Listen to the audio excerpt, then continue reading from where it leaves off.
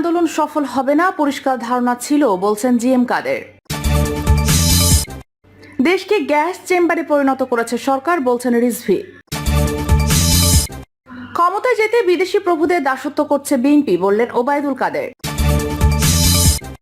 চোখের পানির উসিলায় আসমানের পানি চাইলেন হাজারো মানুষ।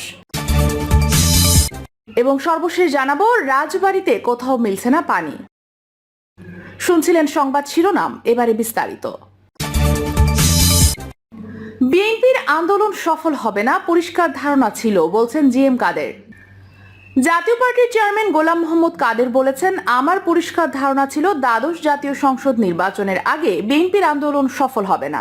তিনি বলেছেন, বাংলাদেশে কখনো আন্দোলনের মুখে কোনো সরকার পদত্যাগ করে নাই। জিএম কাদের বলেন, বাংলাদেশের ইতিহাসে আন্দোলন চলাকালে তৃতীয় শক্তি এসে সরকার পরিবর্তন করে এমন ইতিহাস নেই। ফলে বিএনপির 1 কিংবা 10 লাখ বা 1 কোটি লোক নিয়ে রাস্তায় নামলেও বিএনপির আন্দোলন সফল হবে না। জাতীয় পার্টির সাবেক এই মন্ত্রী বলেন, 7 জানুয়ারি নির্বাচনের আগে আমি বিভিন্ন বিদেশি বন্ধুদের সঙ্গে বৈঠক করে পরিষ্কার বুঝেছি, 3টি বিদেশি বড় শক্তি আওয়ামী লীগকে ক্ষমতায় রাখতে এবং নির্বাচন সফল করতে কাজ করে যাচ্ছে। শুধু তারা নয়, আরো বেশ কয়েকটি বিদেশি শক্তি এই আওয়ামী লীগের হয়ে কাজ করতে প্রস্তুত। দেশকে গ্যাস চেম্বারে পরিণত করেছে সরকার বলছেন রিজভী।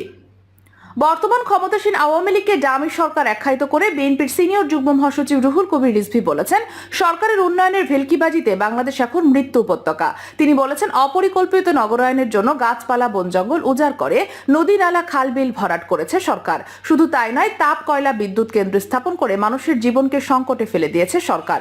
বাংলাদেশকে এখন গ্যাস চেম্বারে পরিণত করা হয়েছে। রিজভী বলেন, প্রধানমন্ত্রী তার বাবা শেখ মুজিবুর রহমানের আদর্শ বাস্তবায়ন করতে চান, কিন্তু শেখ মুজিবুর রহমানের আদর্শ ছিল বাকশাল, যেখানে গণতন্ত্র থাকবে না, মানুষের মত প্রকাশের স্বাধীনতা থাকবে না। সেদিন তো 4টি পত্রিকা রেখে সব পত্রিকা বন্ধ করে দেওয়া হয়েছিল। সাংবাদিকরা বেকার হয়ে বাইতুল মোকাররমে ফল বিক্রি করতেন। বিগত 17 থেকে 18 বছরে প্রধানমন্ত্রী দেশে ভয়ঙ্কর বাকশাল কায়েম করেছেন বলে দাবি করে রিজভী বলেন, আজকে গণতন্ত্র মানুষের অধিকার হরণ করা হয়েছে। এই কারণে মানুষ এখন আর ভোট দিতে পারে না। সংসদকে পরিণত করা হয়েছে এন্টারটেইনমেন্ট হাউসে। কেউ সত্য কথা বললে জেলে পুরে দেওয়া হয়। স্বাধীনতার 52 বছর পরও ভোটের অধিকারের কথা বলতে গিয়ে আমরা ভাইদের জীবন দিতে হচ্ছে। ক্ষমতায় যেতে বিদেশি প্রভুদের দাসত্ব করছে বিএনপি বললেন ওবায়দুল কাদের।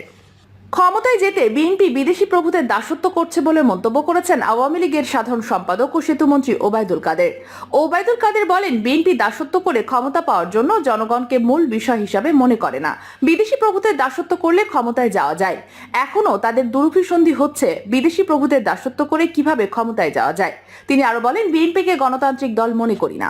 তাদের ইতিহাস গণতন্ত্র প্রতিষ্ঠার কোনো নজির নেই। তারা গণতন্ত্রকে হত্যা করেছে, প্রহসনে পরিণত করেছে। গণতান্ত্রিক বিধিবিধান দ্বারা দলের মধ্যেও কোনো মানেনি। তারা বড় বড় কথা বলে। তারা কবে দলীয় কাউন্সিল করেছে? তারা কোথায় দলীয় কাউন্সিল করেছে? 7 থেকে 8 বছর আগে লা মেরিডিয়ানে কেন্দ্রীয় কমিটির মিটিং হয়েছে। ওবায়দুল কাদের বলেন, এদেশে সাধারণ মানুষের মাঝে যারা রাজনীতিকে নিয়ে গিয়েছিলেন তাদের মধ্যে জাতীয় নেতা শেরেবাংলা ছিলেন অন্যতম। সাধারণ মানুষকে স্বাধীনতার মঞ্চে উজ্জীবিত করেছিলেন বঙ্গবন্ধু শেখ মুজিবুর রহমান। শেরেবাংলাকে গ্রাম বাংলার কৃষকরা কোনোদিনও ভুলতে পারবে না। তিনি চিরদিন তাদের মাঝে স্মরণীয় হয়ে থাকবেন। প্রজাস্বত্ব ও ঋণ সালিসি বোর্ড গঠন করে সুদখোর মহাজনদের অত্যাচার থেকে রক্ষা করেছেন। তিনি সেজন্য এখনো স্মরণীয় হয়ে আছেন।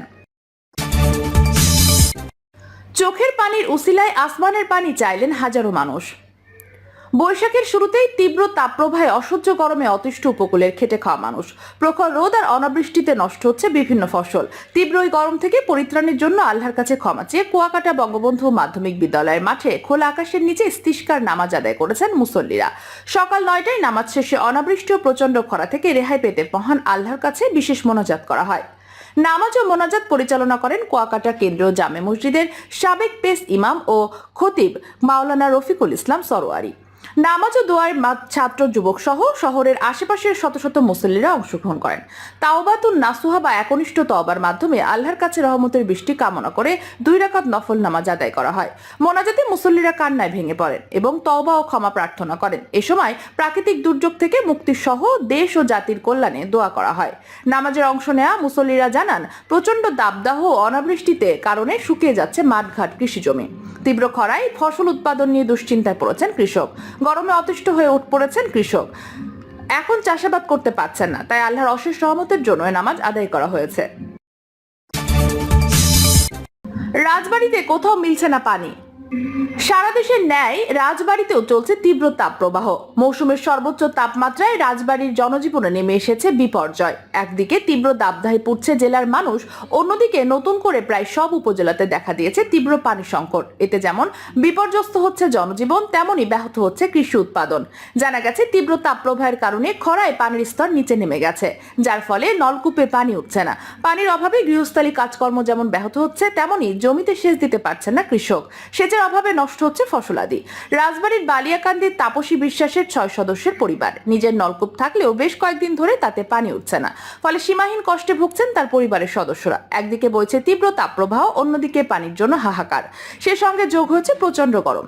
সবকিছু মিলে বিপর্যস্ত হয়ে পড়েছে তার পরিবারের জীবনযাত্রা। পানির অভাব মেটাতে ছুটছেন প্রতিবেশীদের বাড়িতে, কিন্তু কোথাও মিলছে না পানি। জানা গেছে শুধু তাপসী বিশ্বাসের পরিবারই নয়, পানির জন্য এমন চিত্র রাজবাড়ির বালিয়াকান্দির 7টি ইউনিয়নের হাজার হাজার পরিবারের।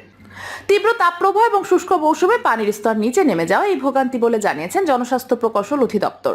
বালিয়াকান্দি উপজেলা জনস্বাস্থ্য প্রকৌশল অধিদপ্তরের সূত্রে জানা যায়, ভৌগোলিক কারণে বৃহত্তর ফরিদপুরের মধ্যে বালিয়াকান্দি উপজেলাটি ভিন্ন।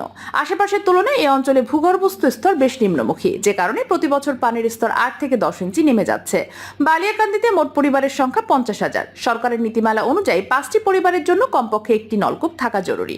সেই অনুযায়ী বালিয়াকান্দিতে প্রয়োজন প্রায় 10,000 নলকূপ। কিন্তু সরকারিভাবে 2022 সাল থেকে এখন পর্যন্ত 160টি সাবমেরিন সাবল পাম্প ও 2019 সাল থেকে 520টি তারা টিউবওয়েল পাম্প বসানো হয়েছে, যা চাহিদার তুলনায় খুবই সামান্য। ব্যক্তিগত উদ্যোগে যেসব বাসাবাড়িতে টিউবওয়েল বসানো হয়েছে, সেগুলোতে এখন আর পানি উঠছে না। পানি না ওঠার কারণ হিসেবে জনস্বাস্থ্য প্রকৌশল বলছে, বালিয়াকান্দিতে বর্ষা মৌসুমে পানির স্তর 15 থেকে 22 ফুট নিচে চলে যায়, আর শুষ্ক মৌসুমে বিশেষ করে এপ্রিল, মে ও জুন মাসে সেটা নেমে দাঁড়ায় 32 ফুট নিচে। ব্যক্তিগত উদ্যোগে বসানো নলকূপগুলোর পাম্পিং ক্ষমতা 20 থেকে 24 ফুট, যার কারণে শুষ্ক মৌসুমে অঞ্চলে পানি থাকে না। শুধুমাত্র সরকারিভাবে বসানো তারা ও সাবমার্সিবল পাম্প দেওয়া নলকূপে পানি থাকে। বালিয়াকান্দির সদর ইউনিয়নের বাসিন্দা অনেকে শিকদার, সবুজ শিকদার, নারুয়া ইউনিয়নের বাসিন্দা মিঠুন, রিয়াদ সহ অনেকেই জানান, গত কয়েকদিন হলো বালিয়াকান্দি উপজেলার বিভিন্ন স্থানে পানির সংকট দেখা দিয়েছে। ভূগর্ভস্থ পানির স্তর নিচে নেমে যাওয়ার কারণে টিউবওয়েলের পানি উঠছে না। বাড়ির গৃহস্থালী কাজ করার জন্য অন্য জায়গা থেকে পানি আনতে হচ্ছে। এতে করে ভোগান্তি বেড়ে বাড়ি মা বোনদের।